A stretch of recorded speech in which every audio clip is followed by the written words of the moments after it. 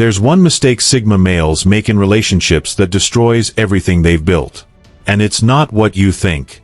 It's not about being too distant or too independent. It's actually the opposite. And if you've made this mistake, you've probably watched good relationships fall apart without ever understanding why. Today, I'm going to tell you the single biggest relationship mistake Sigma males make, and it's going to surprise you, because it goes against everything you think you know about how Sigmas operate. Most advice tells Sigmas to maintain their independence, keep their boundaries, stay mysterious. But that's not the problem. The real problem is something most Sigmas don't even realize they're doing until it's too late. Today, I'm breaking down this crucial mistake, why Sigma males are especially vulnerable to it, and how to avoid destroying relationships that actually deserve your investment. Let's get into it.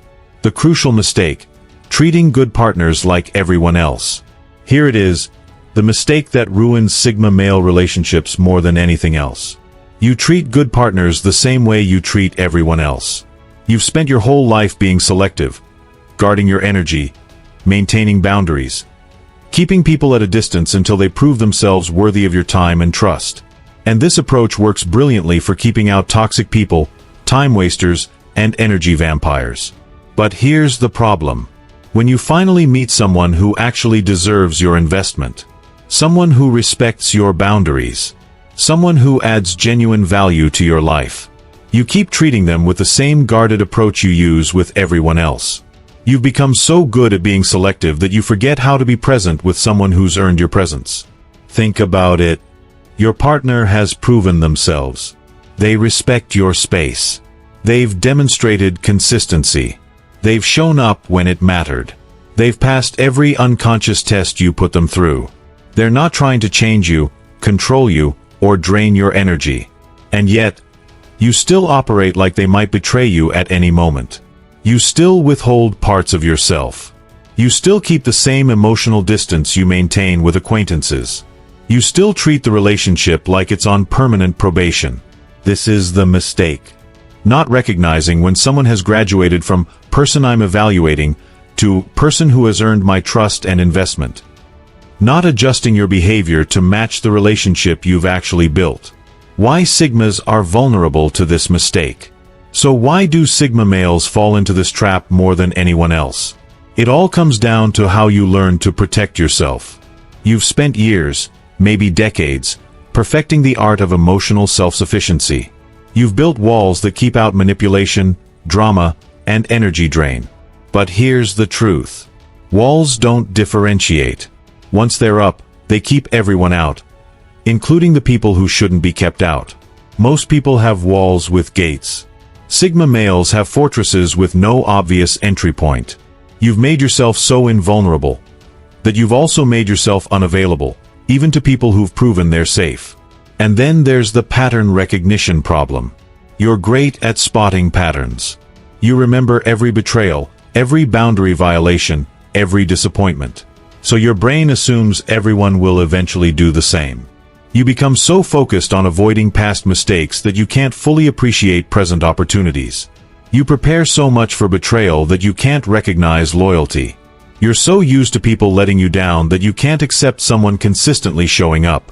And your independence, your core identity, makes you scared of losing yourself.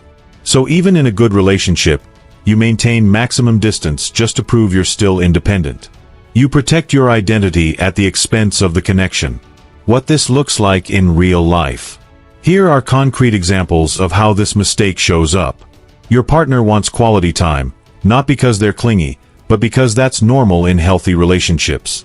But you treat it like an attack on your independence. They share something vulnerable, and you respond with the same guarded tone you'd use with an acquaintance.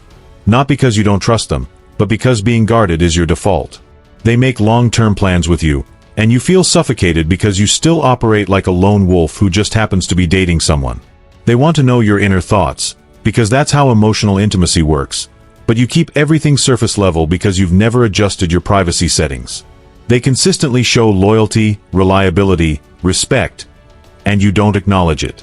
You just keep testing them forever. You're applying your protective strategies uniformly to everyone, even when someone has clearly earned a different level of access. The cost of this mistake. Here's what happens. 1. Your partner starts to feel like they're in a relationship with a wall. You're physically present but emotionally absent. Available but not accessible. They feel alone, even with you sitting right next to them. 2. They start questioning whether you even care. Because you treat them the same way you treat everyone else, they can't tell if they matter to you. 3. Eventually they stop trying. They realize no matter what they do, you'll never fully let them in. And here's the part that hits Sigma males the hardest.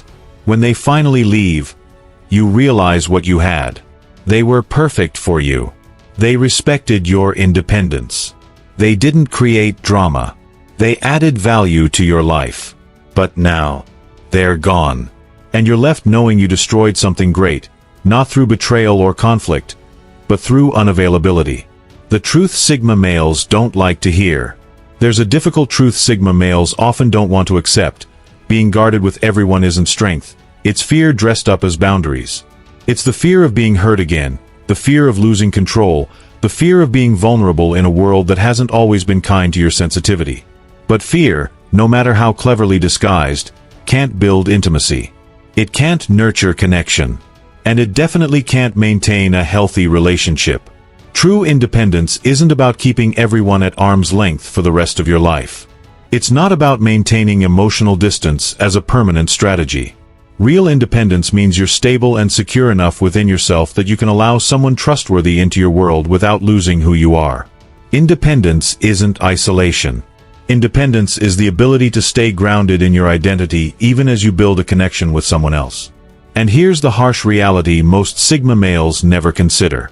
If your independence collapses the moment emotional closeness enters the picture, then what you have isn't independence at all.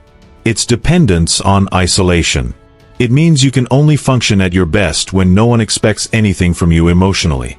That's not strength, it's avoidance. It's a defensive mechanism you've mistaken for a personality trait. Real independence is the ability to remain yourself while still letting someone else in. It's the ability to stand strong without pushing others away. It's knowing you can handle closeness, vulnerability, and intimacy without feeling like you're losing your autonomy. True strength is not shutting people out, it's choosing the right people to open up to. Signs you're making this mistake. There are very clear signs that you're falling into this destructive pattern, even if you don't consciously realize it. One of the biggest signals is when your partner has consistently proven themselves, through loyalty, respect, stability, and patience, yet you still hesitate to fully trust them. No matter what they do, you keep them emotionally at a distance, as if you're waiting for them to suddenly become someone they've never been. Another major red flag is stagnation in emotional intimacy. Months, or even years, go by, and nothing deepens. The relationship feels stuck at the surface. They know your routines, your habits, your preferences, but not your fears, your insecurities, or the parts of your personality you hide from the world. You keep the relationship on the same shallow setting it started with, never upgrading the level of closeness. You'll also notice that you only share surface-level information about yourself. You reveal facts, not feelings. Experiences, but not emotions. You talk, but you don't open up. They know your schedule better than your heart. Another sign appears when normal requests for connection, time together, deeper conversations, physical affection, emotional openness, start to feel suffocating. Not because the request is unreasonable, but because closeness triggers your instinct to retreat and protect your space. You'll also catch yourself investing far more energy into your personal pursuits than into the relationship. Your work, hobbies, routines, and goals get priority, while they get whatever is left over, if anything. And the worst part is, you justify it by telling yourself, "That's just how I am." You may realize you don't remember the last time you did something meaningful for them. Not out of obligation, but out of love. You've been so focused on maintaining your internal world that you've forgotten to contribute to the shared one. And then there's the most painful sign. They've mentioned feeling emotional distance from you, and you brushed it off as them being needy, sensitive, dramatic, or demanding. Instead of listening, you defended your distance. Instead of trying, you pulled back even more. If any of these resonate with you, if even a few feel uncomfortably familiar, then you're almost certainly making this mistake. And the longer it goes uncorrected, the more damage it quietly creates. How to fix it while maintaining your Sigma nature. Here's the truth. You don't need to change who you are. You don't need to become more emotional, more talkative, or more dependent. You don't need to sacrifice your solitude, your independence, or your sense of self. What you do need is discernment, the ability to treat people who've earned your trust differently from everyone else. Not everyone deserves access to your inner world, but the few who do should feel the difference clearly. The first step is simple yet powerful. Recognize what your partner has proven. Take a moment, quietly, intentionally, to acknowledge the loyalty, consistency, patience, and respect they've demonstrated. Write it down if it helps. Seeing it in black and white trains your mind to differentiate between someone who belongs in your inner circle and someone who's just passing through. This shifts your instinct from protect myself to invest deliberately. Next, allow yourself to reveal more of your inner world.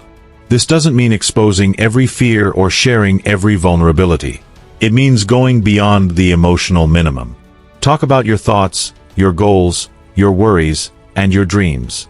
Offer pieces of yourself that aren't visible to just anyone. It's not about volume, it's about authenticity. One honest moment can create far more intimacy than 100 superficial conversations. Then, prioritize quality time, not out of obligation, but out of deliberate investment. You don't have to spend every waking hour together, but when you choose to dedicate your time, make it meaningful. Let your partner feel that your presence is intentional, that the connection matters. Time is one of the most valuable currencies a Sigma male possesses, and giving it freely is a profound demonstration of trust. When you are together, be fully engaged. True presence requires eye contact, attentive listening, and emotional involvement. Put your phone aside, quiet the wandering mind, and resist using distance as a shield. Presence creates safety, reinforces trust, and assures your partner that they're genuinely seen, not merely tolerated. Express appreciation. A Sigma male often feels it internally but rarely voices it. Your partner can't read your mind, they need to hear it. Let them know when their actions make a difference, when they improve your life, or when their consistency matters. Appreciation doesn't diminish your strength, it strengthens the connection. Show occasional vulnerability, not emotional dumping or endless confessions, but measured openness.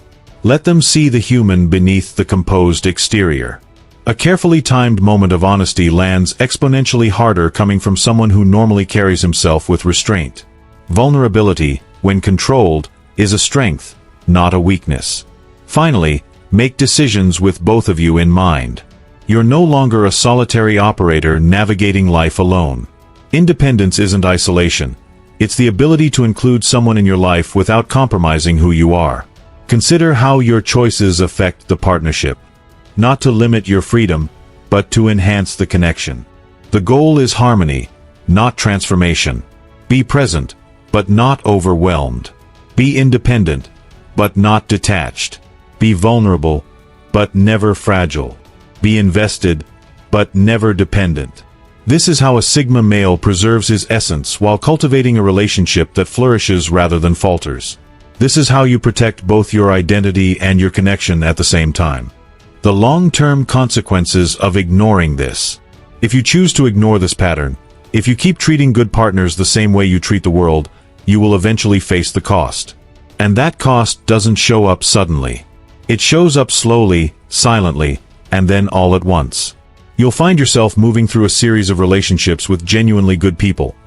People who were patient, loyal, supportive, and emotionally grounded, but who eventually walked away because they couldn't break through your walls.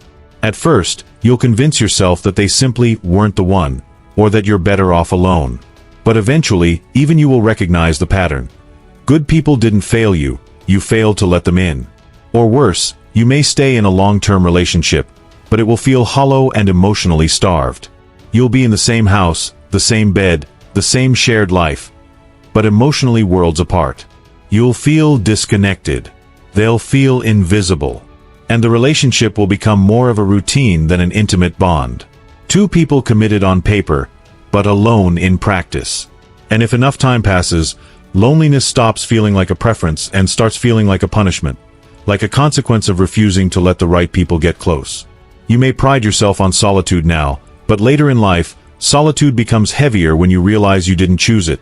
You created it by accident. Eventually, you'll look back and realize something painful and profound. You didn't just lose relationships. You lost experiences. You lost emotional depth. You lost the chance to ever feel what real connection truly is. Not because it wasn't available to you, but because you didn't allow it. The real truth. The biggest mistake Sigma males make in relationships isn't being too independent.